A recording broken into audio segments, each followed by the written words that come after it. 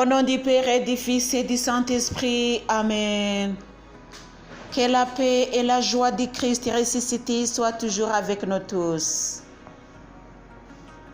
Chers amis, aujourd'hui nous allons répondre à cette question que nous nous sommes posée hier.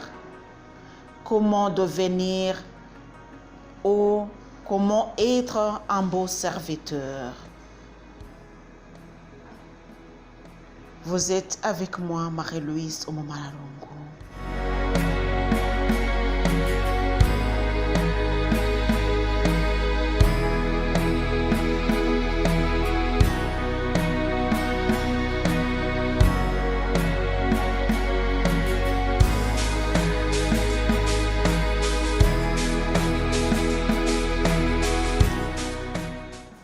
Chers amis, comment être un bon serviteur?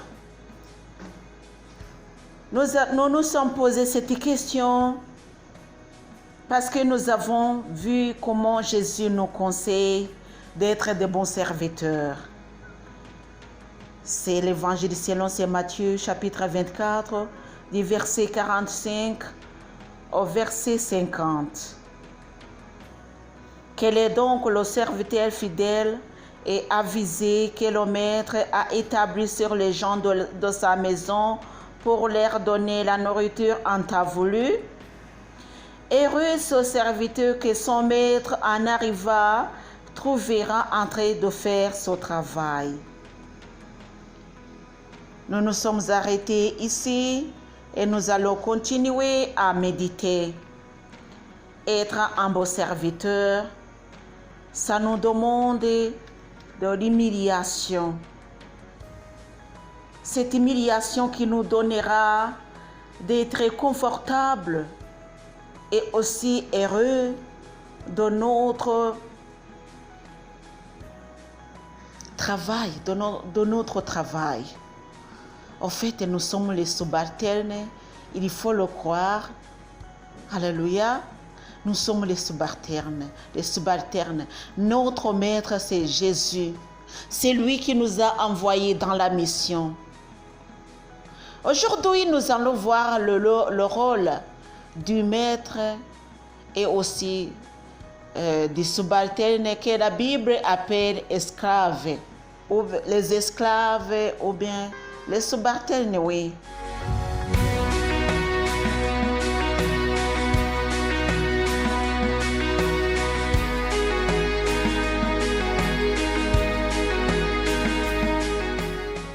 Quels sont les rôles, les autorités du maître?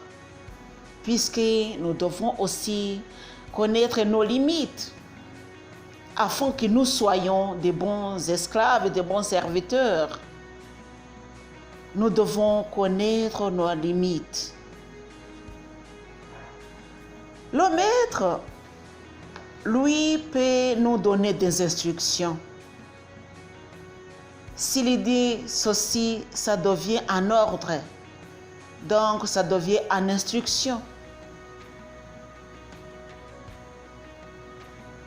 Et cette instruction du maître, nous n'avons pas le droit de lui, de lui poser des questions et de lui montrer qu'il n'est pas à mesure, non. S'il est le maître, il faut lui obéir. Alléluia. Obéir. Il faut suivre ces instructions-là. Bien sûr, ces instructions doivent être des bonnes instructions. Il est le maître parce que lui, il donne des instructions à suivre. Le maître aussi, c'est le juge.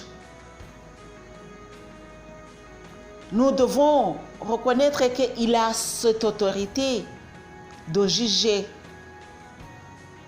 Et quand il juge, personne n'est là pour lui montrer, pour lui faire des remarques. Non, il est le maître. C'est lui le juge.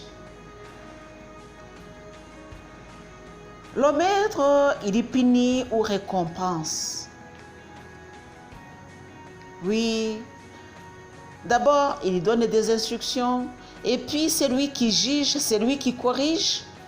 Supposons que le maître vous a donné une interrogation, c'est lui qui va corriger. Et il va vous donner des points selon ce que vous avez fait. Il a le droit de décider de punir ceux qui ont échoué ou bien de les pardonner. C'est le maître qui décide. Pour notre maître, c'est tout à fait différent parce qu'il nous a avisés. Nous sommes des serviteurs heureux parce que nous sommes avisés. Nous sommes avisés parce que nous savons que après cet exercice de cette vie, il va nous juger, va nous corriger et nous serons récompensés selon ce que nous avons fait. Ce qui dit que ce n'est pas lui qui va décider, lui, il nous a donné des instructions à suivre. Alléluia. Le maître, il punit ou récompense. Le maître peut se fâcher contre celui qui n'accomplit pas dignement sa mission. Oui, le maître est capable de se fâcher. Le maître a toujours le dernier mot. Le maître, il a le pouvoir absolu de venir à n'importe quel moment. C'est le maître. Il peut décider de venir tôt ou tard, peu importe, selon sa volonté, nous devons obéir et rester fidèles à lui jusqu'à son retour. Chers amis, c'est le maître. Le maître a beaucoup de rôles, mais aujourd'hui, moi, je me limite sur ces rôles-là pour vous montrer ou bien pour vous dire comment et combien notre maître est autoritaire, est absolu. Il a un pouvoir absolu. N'oublions pas que notre maître est le maître des maîtres, ce qui veut dire qu'il est le roi suprême. Pour nous, ce qui nous est demandé aujourd'hui, c'est d'être des bons esclaves et des bons serviteurs que la Bible a appelés des esclaves. Lisons cette lettre, première lettre de première épître à Timothée, chapitre 6, du verset 1er au 2e verset, des esclaves. Tous ceux qui sont sous le joug de l'esclavage doivent considérer leur maître comme digne d'un entier respect, afin que le nom de Dieu et la doctrine ne soient pas blasphémés. Ceux qui ont des maîtres croyants, qu'il ne leur manque pas de considération sous prétexte qu'ils sont frères. Au contraire, qu'ils les servent encore mieux, puisque ce sont des croyants et frères bien-aimés qui bénéficient de leurs bons offices. Telle est la parole de Dieu.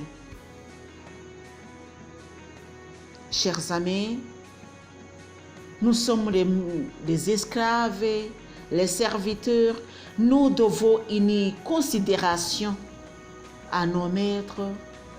Nous devons respecter et obéir tout ce qu'ils nous disent.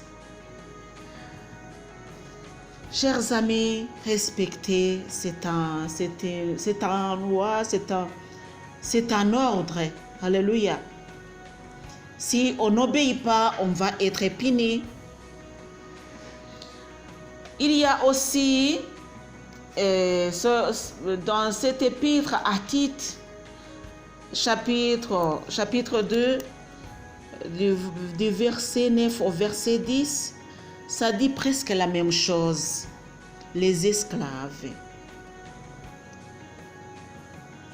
Que les esclaves soient soumis à leur maître en toutes choses, qu'ils se rendent agréables en évitant de les contredire et en ne commettant aucun détournement, qu'ils fassent continuellement preuve d'une parfaite fidélité, ainsi fieront-ils honneur en tout à la doctrine de Dieu notre Sauveur. Telle est la parole de Dieu. Chers amis, ça dit toujours la même chose. Ce sont les esclaves ou les serviteurs et le maître. Le maître qui est absolu, qui a le pouvoir absolu, et l'esclave qui doit avoir une certaine considération, un respect à son maître.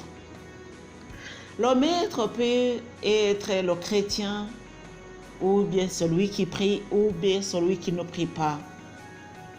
Ce que la Bible nous demande pour nous, les serviteurs, c'est de faire la volonté de notre maître. Alléluia. Nous sommes heureux si Dieu, à son retour, nous retrouve en faisant la volonté, en faisant notre travail.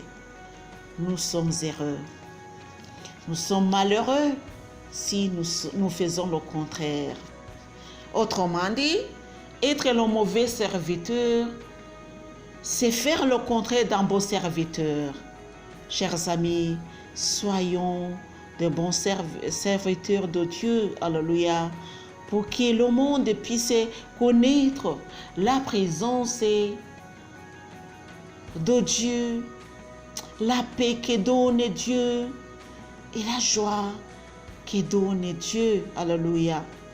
C'est à nous de témoigner la présence et la bonté de notre Maître. Que le Dieu Tout-Puissant nous garde. Au nom du Père et du Fils et du Saint-Esprit. Amen.